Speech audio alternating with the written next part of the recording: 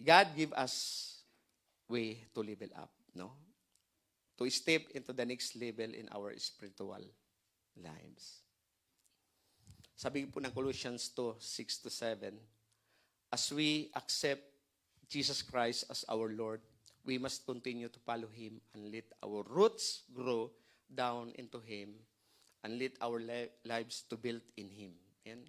So dapat daw yung ugat ng ating paniniwala sa Diyos dapat mag-grow. Amen.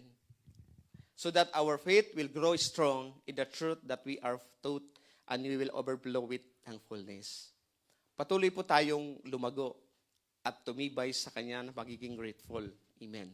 Matuto po tayo magpasalamat for what God has done, been doing, about to do in our lives. God is calling each one of us to level up.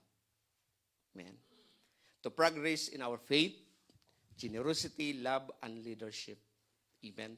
Tayo po ay tinawag ng Diyos para lumago sa ating pananampalataya, sa ating pagmamahal sa Kanya, sa ating pagbibigay para sa gawain ng Lord, sa ating pagiging leader. Kung saman tayo inilagay ng Panginoon, ayaw ng Lord na tayo maging stagnant, na hanggang dito na lang ako, ayokong lumago. Dapat lumago tayo. Dapat magkaroon tayo ng intimacy sa pagbabasa ng Biblia, sa pananalangin, no? Para tayo ay lumago. Itong tatlong bagay na ito na dapat huwag nating kalimutan to make a level up, no?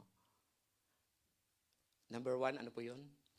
Believe that God has prepared everything during creation. Number 2, be willing to be renewed with your mind always. Amen. And number 3, understand that God has planned for abundance in your life. No?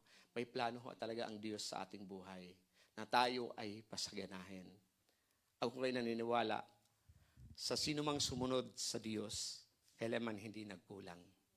Amen. Tatandaan po natin yan. Kapag sumunod ka sa Diyos, hindi ka pababayaan. Amen.